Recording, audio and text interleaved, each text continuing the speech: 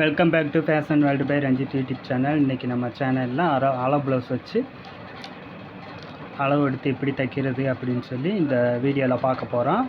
உங்களுக்கு வந்து அளவு ப்ளவுஸ் வச்சு அளவு எடுத்து தைக்கும் போல் கழுத்தளவுகள் எல்லாம் மாறி வருது அப்படின்னு சொன்னால் நீங்கள் வீடியோ முழுவதையும் ஸ்கிப் பண்ணாமல் பாருங்கள். உங்களுக்கு வந்து அளவு ப்ளவுஸில் இருந்து எந்த அளவும் மாறாமல் எப்படி தைக்கிறதுன்னு சொல்லி இந்த வீடியோவில் வந்து நான் வந்து உங்களுக்கு சொல்கிறேன். ஃபஸ்ட்டு மெஷர்மெண்ட் எடுக்கிறதுக்காக எடுத்திருக்கிற அளவு ப்ளவுஸ் வந்து இதுதான். இதில் வந்து ஜாக்கெட்டோட நீளம் எவ்வளோ இருக்குன்னு பார்ப்போம்.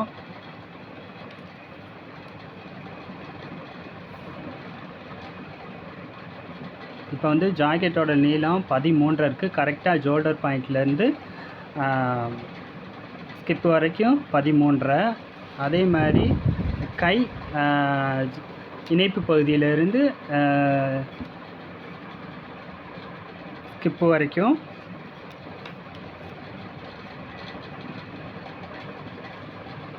இப்போ 8.5 இருக்குது. அப்போ 13லேருந்து 8.5 கழிச்சிடலாம். மீதம் வந்து 5. அந்த 5ங்கிறது தான் வந்து இப்போ நம்மளுக்கு வந்து ஆம்கால் சுற்றளவு. ஃபஸ்ட்டு கீழே மடிப்புக்காக ஒரு ஸ்கேல் அளவு லைன் போட்டுக்கோங்க.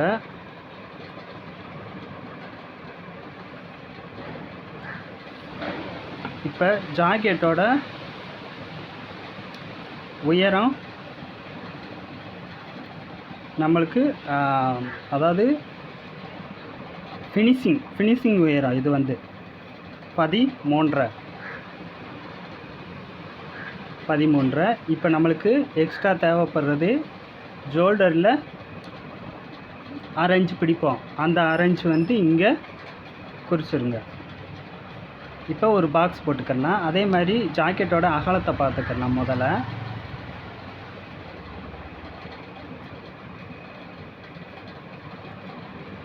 ஜாக்கெட்டோட அகலத்தை இந்த மாதிரி பிடிச்சிட்டு இதை இப்படி 2ஆக மடித்து டேப்பை வச்சு அளந்துக்கோங்க. இல்லை அப்படியேவும் கிளாத்தில் வச்சு கூட நீங்கள் லைன் போட்டுக்கலாம். 11 இருக்குது. இப்போ அந்த 11 குறிச்சிக்கோங்க.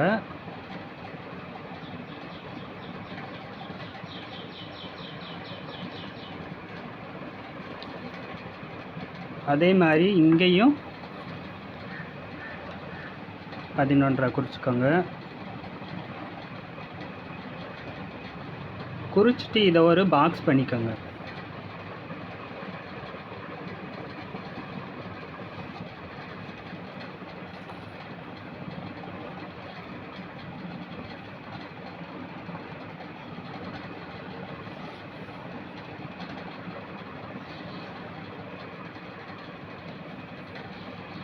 இப்போ நம்மளுக்கு எவ்வளோ கிடைச்சி ஆம்கோல் சுற்றளவு 5.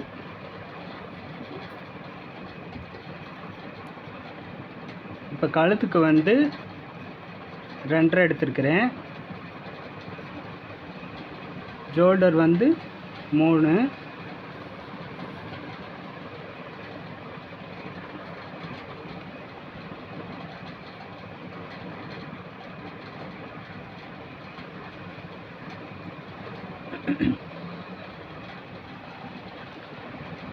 இப்போ நம்ம மார்ஜின் போட்டிருக்கோம் பார்த்தீங்களா, அந்த மார்ஜின் போட்டிருக்க இடத்துல இருந்து கரெக்டாக வச்சு இந்த மாதிரி குறிச்சிக்கலாம். இப்போ வந்து இங்கே நம்ம ஒரு 1/2 இன்ச் வந்து கழுத்துக்கு வந்து தையலுக்கு எடுத்துக்கிடுவோம். அந்த 1/2 இன்ச்சை எக்ஸ்ட்ரா குறிச்சிக்கலாம். குறிச்சிட்டு இப்போ கழுத்தோட அகலம் குறித்தோம் இல்லையா, அந்த கழுத்தோட அகலத்து மேலே இந்த ஷோல்டரை கரெக்டாக வச்சு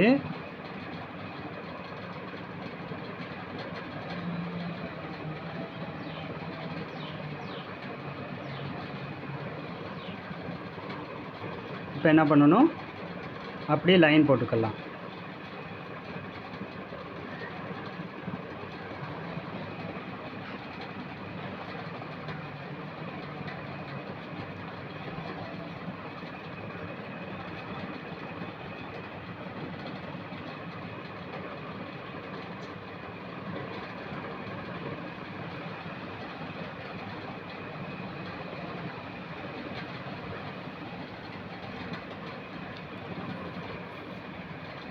இப்போ நம்மளுக்கு ஆம்கோல் சுற்றளவு 5.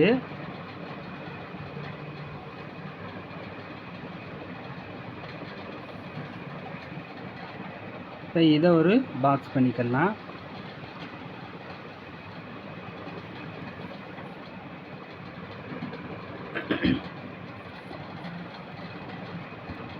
இப்போ வந்து இதில் வந்து கரெக்டாக ஒன்றரை வைக்கணும் அப்படின்றதெல்லாம் கிடையாது. கழுத்து பகுதி இறங்க இறங்க இந்த இடத்துல இருக்கிற துணியை வந்து நம்ம கம்மி பண்ணிடணும்.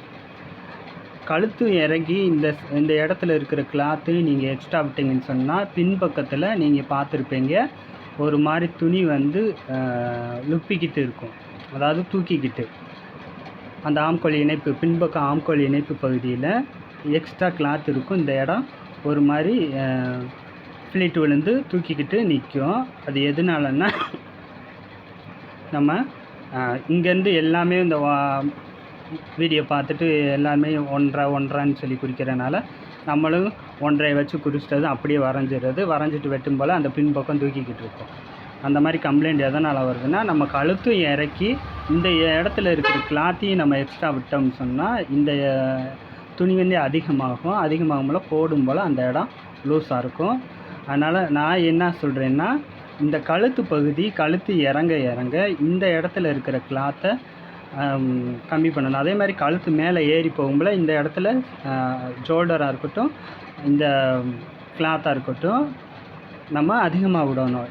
நம்ம இந்த ஷோல்டரை கம்மியாக பண்ணிவிட்டு கழுத்தை மேலே ஏற்றுனீங்கன்னு சொன்னால் ஷோல்டர் வந்து மேலே ஏறி ஒரு மாதிரி உள்வாங்கி தெரியும். அதாவது கைப்பகுதி ஷோல்டருக்குள்ளே வந்து ஒரு மாதிரி அசிங்கமாக தெரியும். அந்த மாதிரி கம்ப்ளைண்ட்லாம் அதனாலதே வர்றது. நம்ம நல்லா தெரிஞ்சுக்கிறணும், கழுத்து இறக்க இந்த கிளாத்தை வந்து கம்மி பண்ணிடணும். கழுத்து ஏறும் போல் இந்த ஷோல்டரையும் அகலமாக்கிடணும். அதே மாதிரி இந்த இடத்தையும் அதுக்கு தகுந்த மாதிரி கட் பண்ணிக்கிறணும். அப்படி கட் பண்ணி தைச்சோம்னா தான் ஜாக்கெட் கரெக்டாக வரும். நீங்கள் வந்து நல்லா தெரிஞ்சுக்கோங்க.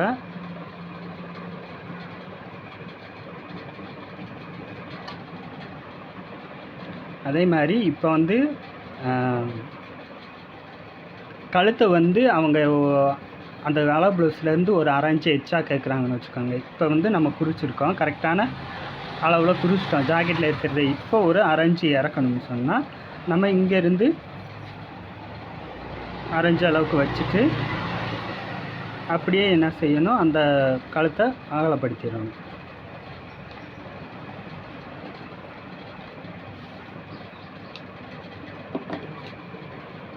அவ்வளோதான். இதை அப்படியே கட் பண்ணிக்கலாம்.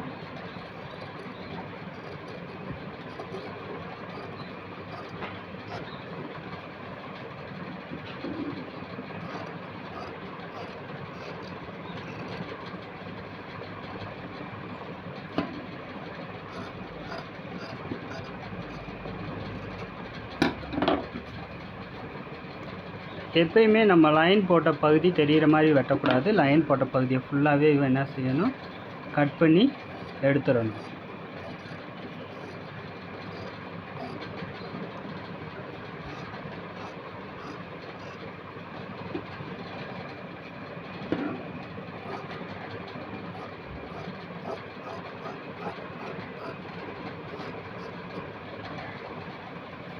இப்போ வந்து பின்பக்கம் கட் பண்ணி எடுத்தாச்சு பாருங்கள். இப்போ கைப்பகுதி எடுத்துக்கலாம்.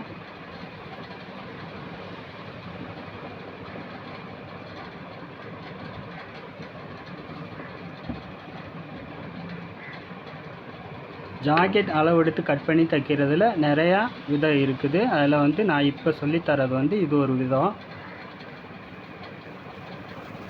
இப்போ ஒரு 1/2 இன்ச்சு அளவுக்கு நம்ம தையலுக்காக எடுத்திருக்கோம். நீங்கள் எம்பிங் பண்ணுற மாதிரி, அதாவது லைனிங் கிளாத்லேயே எம்பிங் பண்ணுற மாதிரி தைக்கிறதா இருந்துச்சுன்னு சொன்னால் நீங்கள் என்ன செய்கிறீங்க, ஒரு ஸ்கேல் அளவு எடுத்துகிட்டு லைன் போட்டுக்கோங்க. லைன் போட்டுட்டு அதுலேருந்து அது கையளவு எடுத்துக்கோங்க. இப்போ வந்து நான் அடித்து திருப்புற மாதிரி எடுத்திருக்கனால இப்போ 1/2 இன்ச்சு எடுத்திருக்கிறேன்.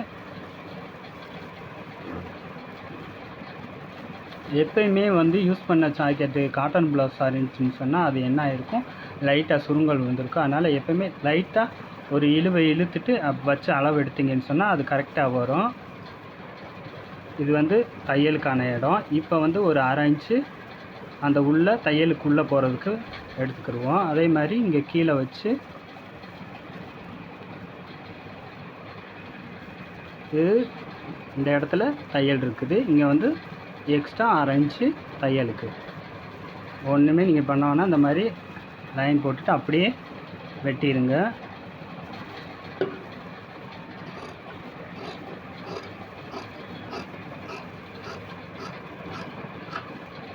அவ்வளோதான், கை கட் பண்ணியாச்சு. இப்போ வந்து குடஞ்சி வெட்டுறது நான் எப்பயுமே என்னோடய முன்னாடி வீடியோவையும் எடுத்து பார்த்துக்கோங்க. நான் வந்து முன்னுக்கு குடஞ்சி கட் பண்ணுறது நான் இப்போ கட் பண்ணவே மாட்டேன். நான் ஜாக்கெட் வந்து ஃபினிஷ் பண்ணும் போல் தான் கையை ஜாயின் பண்ணும் போல் அந்த வச்சு கட் பண்ணுவேன். அதாவது அந்த 3 டாட் பிடிப்போம் இல்லையா, அந்த டாட்க்கு நேராக வர்ற மாதிரி தான் அந்த குடஞ்சி கட் பண்ணுறது வர்ற மாதிரி நான் வெட்டி எடுப்பேன். அது வந்து அப்போ தான் வந்து கரெக்டாக இருக்கும். நம்ம வேறு இடத்துல எங்கேயாவது குடஞ்சி கட் பண்ணோம்னா அங்கே வந்து கட்டிங் வந்து நல்லா இருக்காது, அது ஃபினிஷிங்கும் நீட்டாக இருக்காது. அதனால் வந்து நான் எப்பயுமே வந்து அந்த மாதிரி தான் பண்ணுவேன். நீங்கள் முன்னாடியே கட் பண்ணி எடுக்கிறதுனா இந்த மாதிரி வளைஞ்சு போட்டு நீங்கள் அந்த மாதிரி கட் பண்ணி எடுத்துக்கோங்க. உங்களுக்கு சிரமமாக இருந்துச்சுன்னா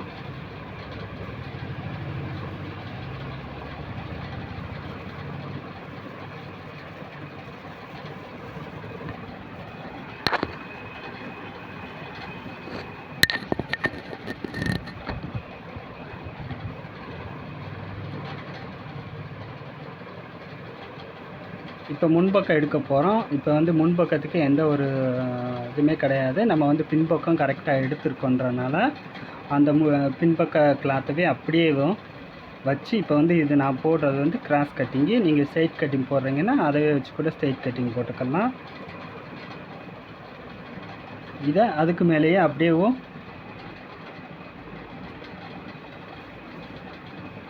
மார்க்கர் வச்சு வரைஞ்சிருங்க.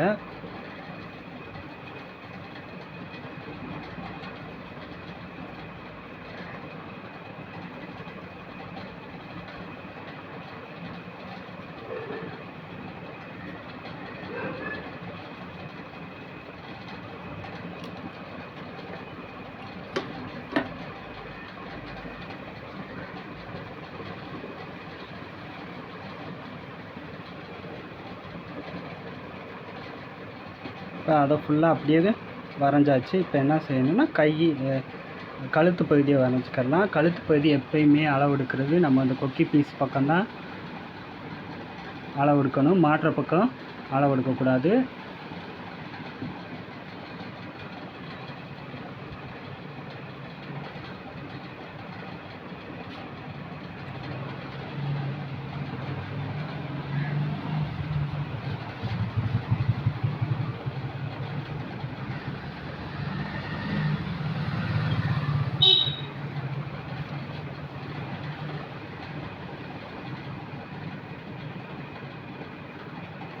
இப்போ இது வந்து ஜாக்கெட்டில் இருக்கிற அளவு. இப்போ வந்து அவங்க முன்னுக்கு வந்து கழுத்து கொஞ்சம் இறக்கி வைக்க சொல்லியிருக்காங்க. அதனால் நான் ஒரு அரை இன்ச்சு வந்து இது பண்ணி எக்ஸ்ட்ரா எடுத்துக்கிறேன். இப்போ என்ன செய்யணும்னா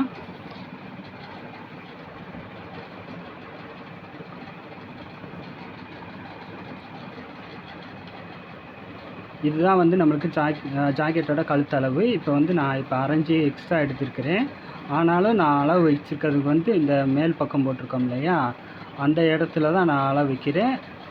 இப்போ வந்து ஒரு அரை இன்ச்சு இங்கே கழுத்து பகுதி அடிக்கிறதுக்கு. அதே மாதிரி இங்கே கிராஸ் பீஸும் கிராஸ் பட்டியும் இணைக்கிற இடத்துல ஒரு அரை இன்ச்சு எக்ஸ்ட்ரா எடுத்துருக்கிறேன். இப்போ என்ன செய்யணுன்னா இந்த டாட் பிடிக்கிற இடத்துல இது வந்து ஒரு 1/4 இன்ச்சு வச்சு பிடிப்போம், அரை இன்ச்சு அளவுக்கு. இப்போ இங்கேயும் இன்னொரு அரை இன்ச்சு எக்ஸ்ட்ரா எடுத்துக்கிறேன்.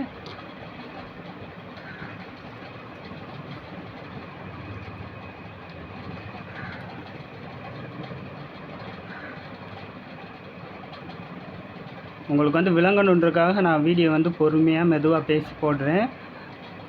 வேகமாக பேசுங்கன்னு சொல்லி பலபடியும் கமெண்ட் போட்டுறாதீங்க.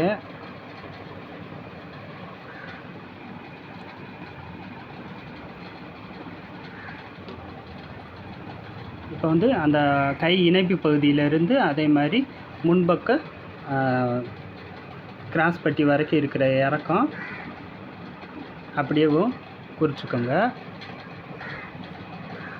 குறிச்சிட்டு இப்போ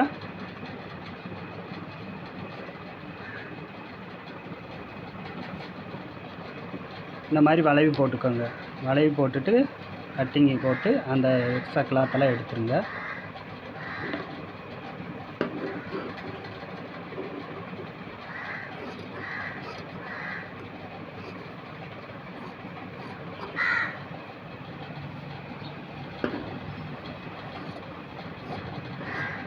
இப்போ வந்து இது பின்பக்கம் வச்சு கட் பண்ணியிருக்கோம் இல்லையா, இப்போ என்ன செய்யணும், முன்பக்கம் குடஞ்சி கட் பண்ணணும். இப்போ வந்து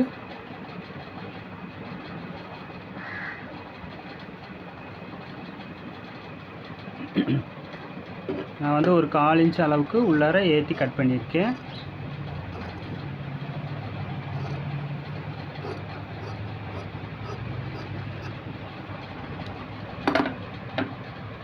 எல்லாருக்குமே இந்த இடத்துல 1/4 இன்ச்சு அந்த மாதிரி வைக்கணுன்றதில்ல. அவங்க உடம்பு வாக பொறுத்து எல்லா அட்ஜஸ்ட்மெண்ட்டையுமே மாற்றி தான் கட் பண்ணணும்.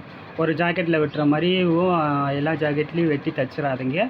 அதாவது தடிமனாக இருக்கிறவங்களுக்கு ஒரு மாதிரியும் லீனாக இருக்கிறவங்களுக்கு ஒரு மாதிரியும் அந்த மாதிரி கட்டிங்கில் வித்தியாசப்படும். நீங்கள் வந்து அதெல்லாம் உங்களுடைய அனுபவத்தில் கற்றுக்கிறது தான்.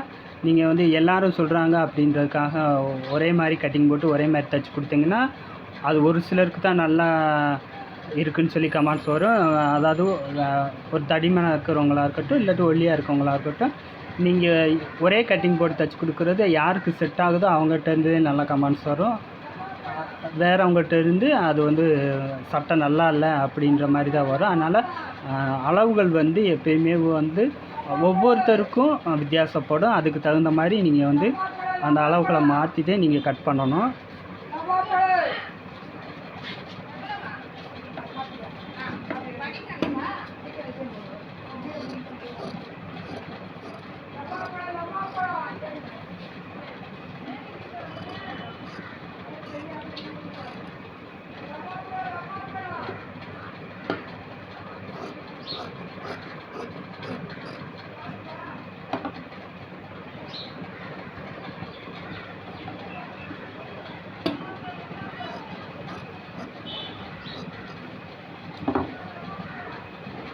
இப்போ ஜோல்டர்கிட்ட சென்டரில் இந்த மாதிரி மடக்கிக்கோங்க.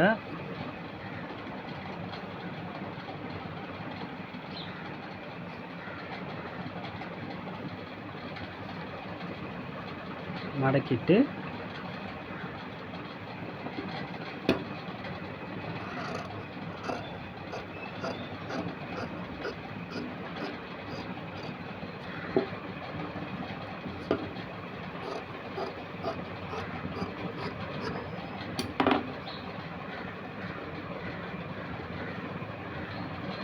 பாருங்கள். இப்போ வந்து முன்னுக்கு டாட் பிடிக்கிறதுக்கு எல்லாத்துக்கும் தகுந்த மாதிரி கட் பண்ணி எடுத்தாச்சு. அவ்வளோதான்.